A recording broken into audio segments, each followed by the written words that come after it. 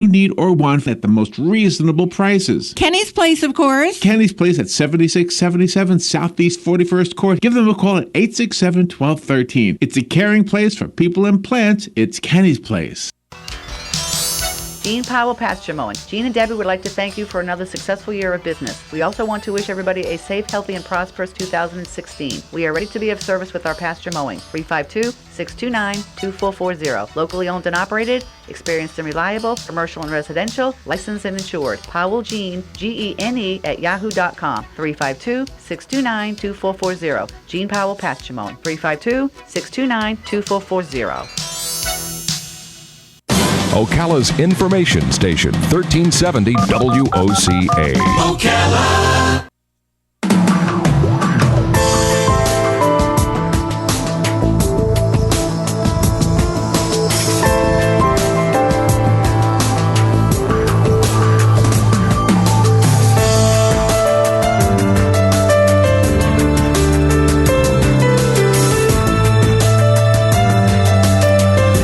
All right, 25 minutes before 11 o'clock. Thank you for tuning in. I think it's probably been more than a month since I first found out about Dr. Mary Harrell, and I believe I phoned her, and we had a conversation on the phone, and so today we get to talk to her at length. She intrigued me with some of the writings I was reading about in one of the publications that we use. A lot of us talk show hosts get these magazines, and so I was reading about Mary Harrell, Dr. Harrell.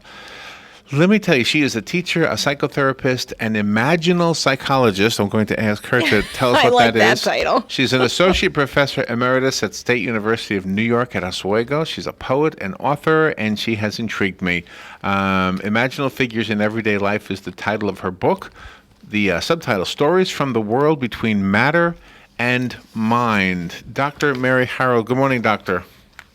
How are you, Larry? Thanks for having me on your show. Oh, thank you. What a great introduction. I appreciate that so much. Oh, man, I thank you for being on. Where are you, upstate New York right now? No, right now I'm in South Carolina. South Carolina, all right. Well, thank you for being on the air with us. Are you there for the holidays? No, I have a home here. We just moved a couple months ago. Oh, nice. That's one of my favorite areas is the Carolinas. Oh, yeah. When I'm looking now on the news and I see that my neighbors have 0-degree weather. I used to live in Northern California, so they have 0 degrees right now. And in northern New York, where I lived, they really have had some snows already. So believe me, I'm delighted to be here. So how do you answer the question when somebody says, what is an imaginal figure? Well, an imaginal figure is several things. It is most commonly known as a dream figure. But also we can read a fairy tale or a myth or see a film, like we've all seen, or many of us have seen the Star Wars films and the most recent one. And so some of those characters grab us. They take on a life of their own, and we like the character but not another. So that would be a figure who's no longer just a character, but now an imaginal figure because it lives in us. And also beings that come to us in visionary events. For instance, some people report seeing an angel or a guide. Yeah. That's also an imaginary figure. So and that's where I was confused. I wasn't sure what the difference was. For example, the other day I was walking through Hobby Lobby, and I saw on a plaque it said, "Life is." What did it say? Life is like a box of chocolates. You never know what you're going to get, or something like that. And then it credits the quote to Forrest Gump. And I said to Robin, Forrest Gump is a character. Yeah. The person who wrote that line is the author, and I don't even know his name. Yeah, right. There you go. That's a perfect example. So for many Americans who love that film and have seen it many times, Forrest Gump used to be just a guy that somebody made up. But for many of us, because he resonates with us, his attitudes, he has become an imaginal figure in the cultural imagination. What a great example. Okay, so that's one example. So another example would be if I told you that when I was 4 years old, and I won't get into it because it's a long story that I've told on the air before, and I don't want to bore our listeners, but when I was 4 years old, I can tell you that I saw an angel and had no real big message for it. It didn't tell me how to save the world or anything, but I have that recollection, and I don't know her name. I do know it was a female. So that's an imaginal figure as well. Am I right? Absolutely. You know that event was real, and you've never forgotten it, and you haven't forgotten it because, number one, it meant something very important to you. Maybe you haven't figured it out yet. I had an angel come to me, and it took me 22 years before I figured out what that whole thing was about.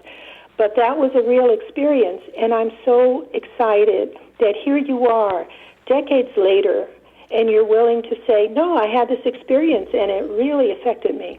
It did, and it still does. But I'm just curious about the word imaginal. It doesn't feel like I imagined it. It feels like it was real.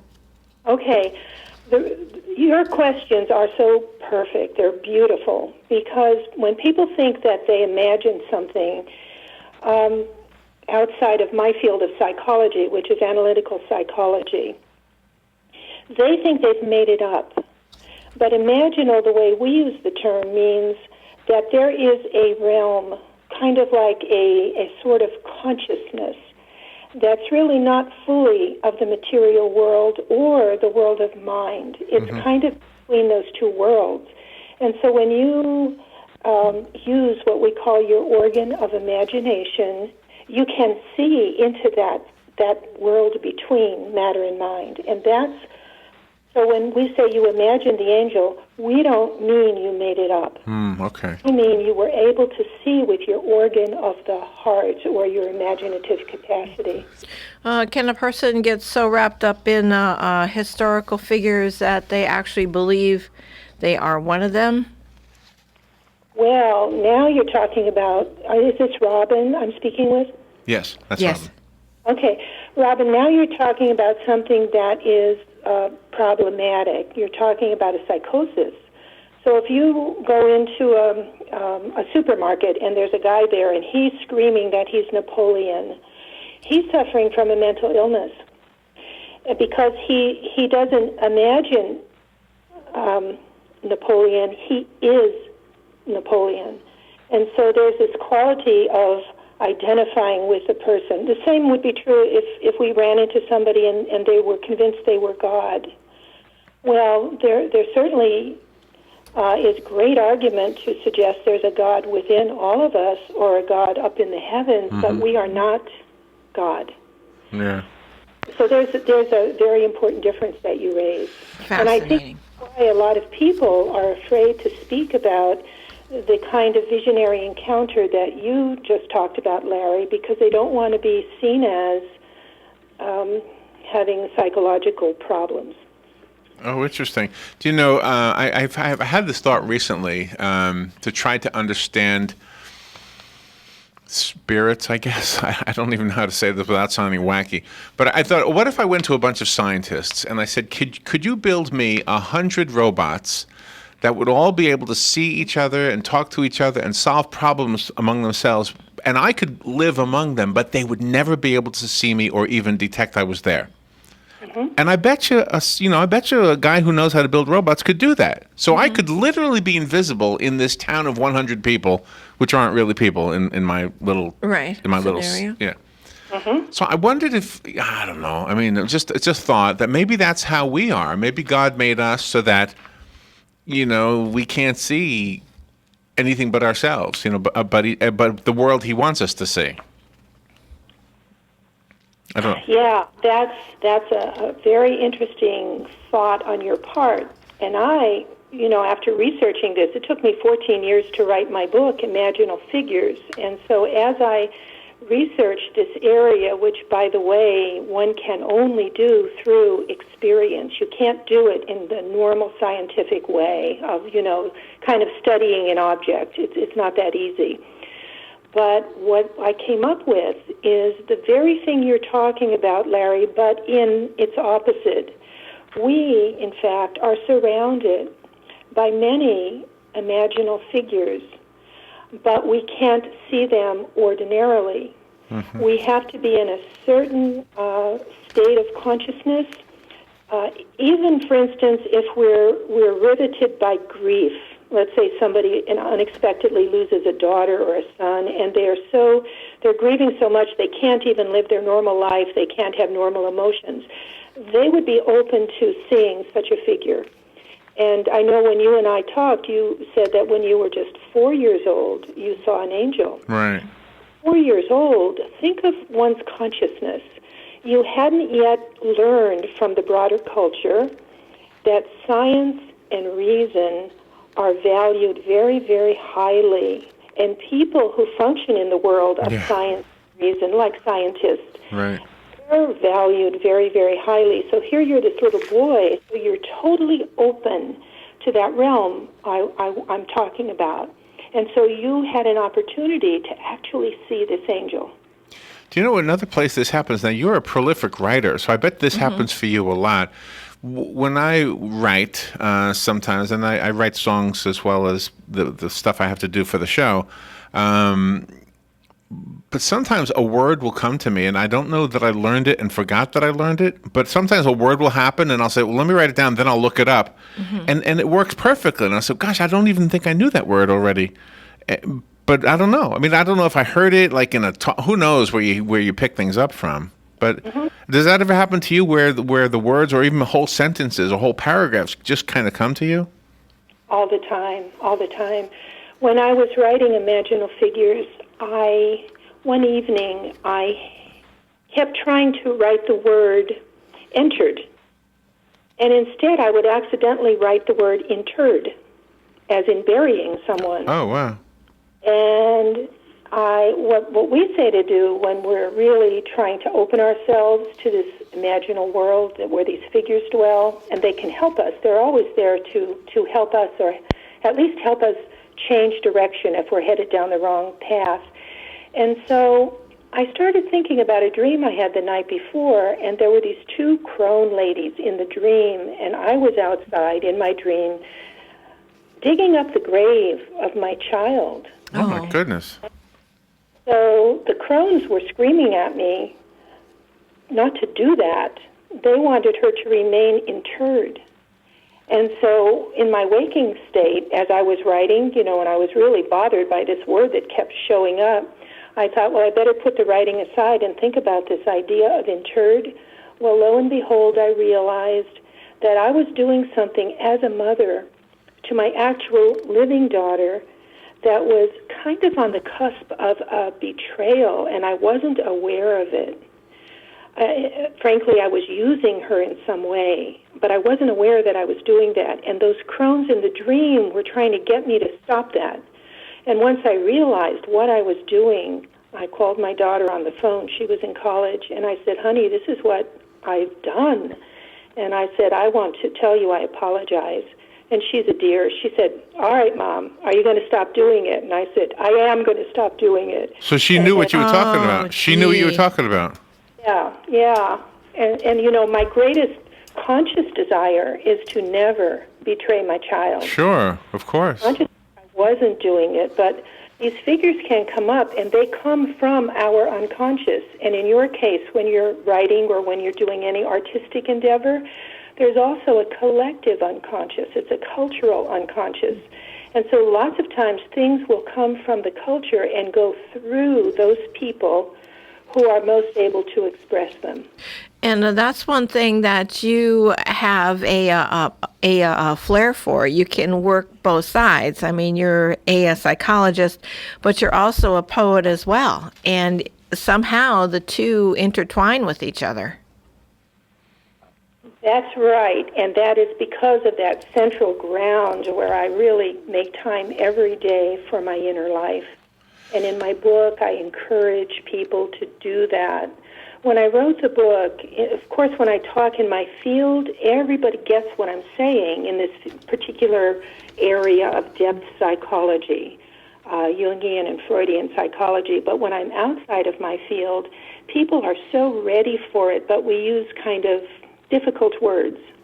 And so when I wrote my book, I tried so hard to take this fluid place that I can easily access as a poet and a writer and an imaginal psychologist, and I tried to tell my own personal stories and then move from there to what was happening in this more unconscious realm, so that people would be encouraged to kind of slow down and do the things that I do as a matter of habit, like, have a time every day when I'm very quiet and I just sit in a room by myself, maybe for 5 minutes, maybe for an hour, and I just say what's going on and what am I thinking and what ideas are That's what we all need to do. We all need to do that, I think. Right. We don't, but we should. Doctor, when we come back, I want to make sure we get some of the stories from the book, Stories from the World Between Matter and Mind. Imaginal Figures in Everyday Life is the title of the book. Dr. Mary Harrell is our guest, and she's up in South Carolina. Yep. Right? Yep. And I'll tell you a quick story when we come back as well, just from the other day. Just from like 2 days. Was it 2 days ago? 1 day ago. Yeah. 1 day ago. I'll keep that kind of a mystery to tease you so that you want us to come back. We'll be right back. The weather is brought to you by myfwc.com. Safe boating is no accident. On this Monday, it'll be partly sunny with a high of 63 to 67. Clear to partly cloudy, breezy, and chilly Monday night with a low of 40 to 45 in a few inland spots, 55 right at the coast. Tuesday, partly sunny and breezy. There can be a brief shower or two near the coast. The high around 60 in the north to 68 in the south. And on Wednesday, variable cloudiness with a shower, highs in the mid-60s to low 70s. From the Florida Weather Center, meteorologist Joe Lundberg. The staff at Mid-Florida Prosthetics is dedicated to helping you regain your previous lifestyle. They utilize their years of experience and your input to fit you and serve your needs. Mid-Florida Prosthetics serves a wide range of patient age groups from pediatrics to geriatrics. Listen this coming Friday at 9:30 a.m. right here on WOCA for In Step with You.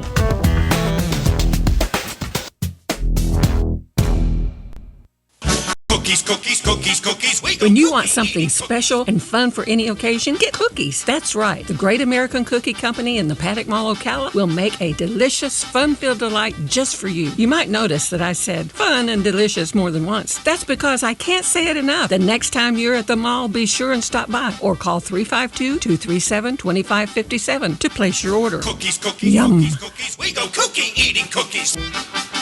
The Great American Cookie Company. All right, 8 minutes before 11 o'clock. I knew I was going to love this interview before we even had it, and I knew I was going to love the topic. But I just went to the website, and I didn't realize I was going to love the cover of the book. There's like 6 naked ladies on the cover. just now, those are my kind of imaginal figures. You're a manly Doctor. man. Sorry, it's just the way I am, Doctor. I'm sorry. I don't know if I can do anything about that. There's also a deer on the cover, by the way. They are actually they're modern goddesses, and the point of Yes, them they being are. on the cover is that one needs to be able to live out of both a masculine and a feminine capacity. And so in the cover we have women in the temples, because the imaginal realm is also a spiritual realm. So you like my cover. I'm so delighted. I do. Cynthia is a professor at State University of New York at Oswego, and she's the graphic artist that did that work for the book. Well, it really is, and I'm just doing the radio thing. I'm trying to be silly. but so let me tell you my real quick story, because I want to find out the stories in your book, obviously. I have a smartphone for the first time in my life. It's not a high tech. It's one of those $9 smartphones. Okay. Yes. But I honestly never had a smartphone before. It's brand new for me. So you can put wallpaper on it, which is a picture. So I took a picture in my office of the stuff that's on the desk next to my desk, okay? And what's on the desk is it's a portrait of my father, which is behind glass, which is important. I'll tell you why in a second. There's a gumball machine. Mm-hmm. There's a chicken doll Yeah, or something. stuffed chicken. Okay. So it's just a silly picture I took just to make a wallpaper. Okay. Now I've had the phone 4 weeks maybe. Yeah. Okay, so I'm looking at the picture on my phone, and I'm noticing for the first time in the reflection of the glass on the portrait of my father, there's this face. And I said to Robin, what the heck is that? I never noticed that before. And Robin looked at it, and she saw the same thing. She said, it's a guy in a pea coat, a guy with like a sailor hat with a goatee. Mm-hmm. And I said, yeah, what the heck is that? And so I said to Robin, I know who that is. So I went to my old photos. I am not making this up. I went to my old photos, and I found an old photograph that my mother had left after she passed it would have been her grandfather on her mother's side. Yeah, and so I had that picture, so I dug it out, and I used it on the computer. I put it up against the reflection, and I said, "Look, it's the same face." Wow. Isn't that weird? But but scientifically speak, when you blow it up, you can see. Oh, I see what it is now. But still, it looks like this guy. And so I don't know if I was being communicated. I said to Robin, I think this guy's trying to get a hold of me or something. Yeah, very evident. I mean, it's not like we're making this up. He's right there. Yeah. Well, since this happened very recently, I'm going to say this. In my book, I say that I wrote the book because ghosts, angels, and my ancestors required me to write the book, and they would participate in some way in the writing of the book. I actually wrote that. As a scientist, that's takes a little bit of courage. Yeah, really. But I think what happens is, as we start opening ourselves to the kinds of conversations that you and I are having, I think entities, let's call them imaginal figures, start weighing in. And I think your grandfather decided he would weigh in. And in terms of the science of, how he got his picture on that shot, your iPhone shot, I don't know that.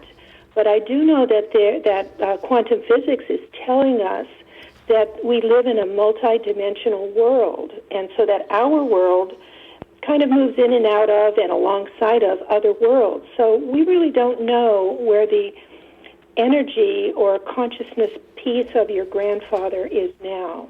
So from certain religious traditions, they would say, well, he's in heaven. Yeah, or right. from perspective, they would say something else. But people generally agree that when we die, not all people, many, we don't just disappear. And so I have a feeling that we can consider that your grandfather knew that you'd be having this conversation, so a lot of your own realities would be stirred up, and he wanted to participate in some way, I think, to maybe give you some of your own evidence, knowing that only you and not I could tell the story on your Wow, behalf. that's amazing. great. So is Gives me chills. that the kind of stories that we'll read about in your book, though? I mean, did I give you a story that might have appeared in the book had you met me earlier? Yes, but of course, when I would hear all these kinds of stories, I would usually be in a psychotherapy setting, and so I would never tell your story. And that's why in the book I had to tell all my own stories. Oh, okay, I see. So these are all your own. You've had a lot of these experiences. Well, the angel coming to me when I was 13, that was really quite an extraordinary experience, as your angel was. But some of my other stories in the book talk about how I got through very, very difficult times, like at one time I was literally abandoned. I never saw my husband again. He disappeared. Oh. That was a horrible time for me. I can't believe I didn't have some sort of breakdown. Yeah, really. During that time, I was telling myself a myth, a story, a lie. And I was telling myself that he had a breakdown. And I was saying, well, if he had a stroke, I would stay with him. And actually, I found out much later that there was a whole other reality going on for him. He had no breakdown. I don't want to get into it. But I was having dreams at that time that were trying to say to me, forget that ego position, that you're this, kind of saintly woman waiting for 3 years for a husband to return who's never returning. You need to take care of yourself. So that was a story when it wasn't a visionary experience, but I was having a series of dreams coming to me saying, hey, wake up. You need to take care of yourself. And you need really? to think about what's going on here. So it is fascinating, isn't it, what you just said? Because in one part of us, we believe that's our own mind trying to put us back on the right track, and another part of us feels like that's a spirit from another realm communicating with us through dreams. Correct. We would say in my field that that's psyche, bringing the dream. And scientifically, psyche means the center of consciousness and unconsciousness. So the psyche brings every dream to each of us for our own well-being. Even a nightmare is for our own well-being. Doctor, I knew that I would like this interview. Yes. I did not know that I would love this interview. Dr. Mary Harrell. The website I went to is Mary's name. It's Mary Harrell, PhD.com, and her last name is Harrell. Can we get the book on the website? Yes. If you go to the website, you have a landing page that links you directly to ChironPublications.com, and you can also go to Amazon.com. Okay. And you've got more than one book out there, right? Well, I have other books that I've written chapters in, and this is the first book I wrote completely by myself. Imaginal Figures is what this one is titled. Doctor, thank you so much for taking time out of your day to be with us. That was awesome. Larry and Robin, I thank you both. What a great interview. Thank you. This is WOCA Ocala. We'll be right back. Fox News Radio, I'm Pat O'Neill. A shaky start to the new year on Wall Street. Stocks sharply lower with the Dow down close to 400 points after big declines overseas. The Shanghai Composite Index was down almost 7% and halted. Weak manufacturing numbers out of China, coupled with tensions in the Middle East between Saudi Arabia and Iran. And with that, we're seeing a sell-off across the board. Fox's Nicole Pedalides at the New York Stock Exchange. The Nasdaq and S&P also down sharply. In the Mideast, Sudan and Bahrain following Saudi Arabia severing diplomatic ties with Iran. Over the weekend, protesters in Tehran ransacked the Saudi embassy after the Saudi execution of a prominent Shiite cleric. It's Donald Trump's first TV ad. We will make America great again. The ad, among other things, says Trump will cut the head off ISIS. It starts airing tomorrow in Iowa and New Hampshire. Trump's campaign says it's spending at least $2 million a week on the ads. Fox News, we report, you decide. Once upon a time, there was a sleepy bear. All he wanted was a comfy place to sleep. Maybe something like the inside of a car? He squeezed into a coupe. Too small, he thought. He tried an SUV. Too big. Maybe a station wagon. Just right. But just as his eyelids began to get heavy, it was covered, thanks to a farmer's agent. Snoozy Bear, September 30th, 2013. Talk to farmers. We know a thing or two because we've seen a thing or two. We are farmers. Bum, bum, bum, bum, bum, bum. There are times being a genius would really come in handy.